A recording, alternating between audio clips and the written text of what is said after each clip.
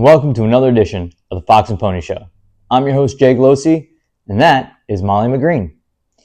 The Thunderbird was a legendary creature in Native American lore. It was said to create thunder from its wings and lightning from its eyes. And that was the exact imagery that Ford was going for when it was creating the nameplate for its most legendary flagship. But by the 7th generation, the Ford Thunderbird was more land yacht than flagship. And in 1980, Ford would give its mythological bird a new set of wings by building it on the Fox chassis. The 8th generation of the Thunderbirds, built from 1980 to 1982, would be built on the Fox body platform just like the Mustangs. But unlike the Mustangs, they carried a wider stance, a longer wheelbase, and remained built for comfort and presence over outright sport.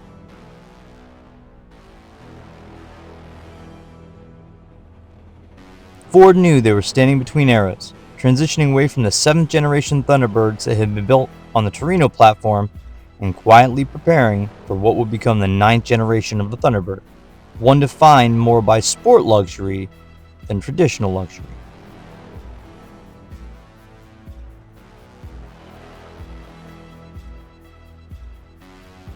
This interior shows a clear design for comfort and sitting still over driving connection and personal luxury. Very comfortable for your living room, not right for your sports car.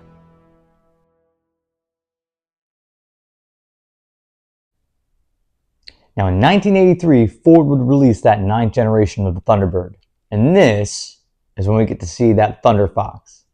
From 83 to 86, they had their own 4-eye era, and 87 and 88, they were arrow noses. Now this is the generation that Ford truly built that grand tour that the Thunderbird was really always supposed to be.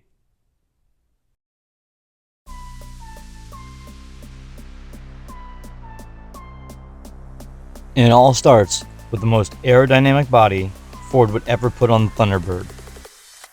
They would also offer 3 engine sizes for the Thunderbird: a 2.3-liter turbocharged 4-cylinder, just like in the SVO, a 3.8-liter V6, and of course, the iconic 5.0.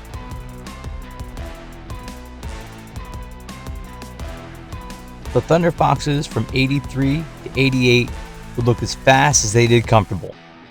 And with that turbo coupe, they showed they weren't abandoning luxury, they were just bringing sporty back.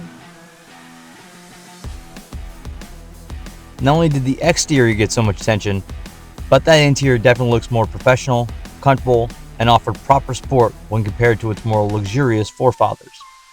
That 8th generation Thunderbird was definitely a rolling living room, and that 9th generation Thunderbird was true sports luxury. The Thunderfox was a grand tourer. The arrow-nosed Thunderbirds would be the most visually appealing to my eye. With the least amount of chrome in the entire generation, these cars understood what being understated meant. It's an old school mafia boss that didn't need to prove anything to anybody. That's cool.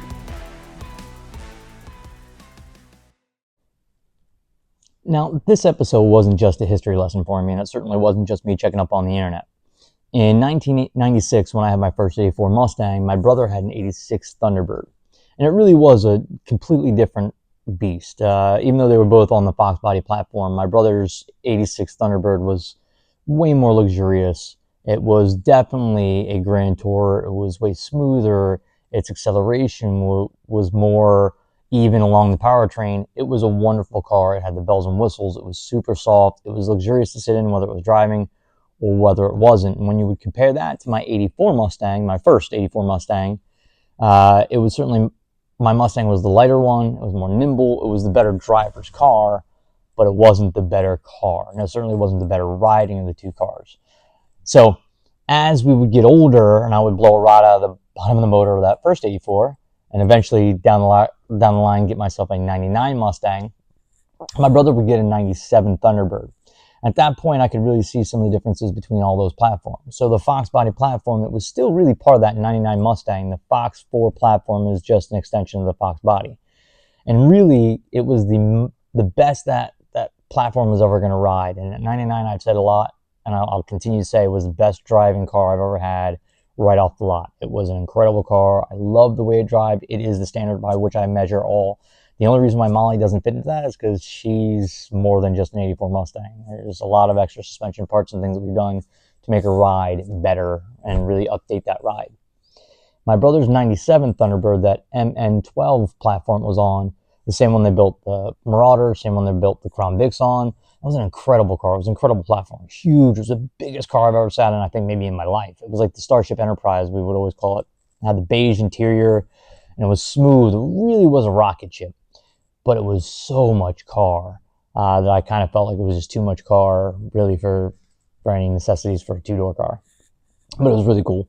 It was a lot of fun. It would end up being our concert car for a majority of my 20s. So I loved that car. I loved riding that car. It was great. It was super duper smooth. But if I had to choose between those two Thunderbirds, I'd definitely choose the 86. The Thunderfox was a better driver's car.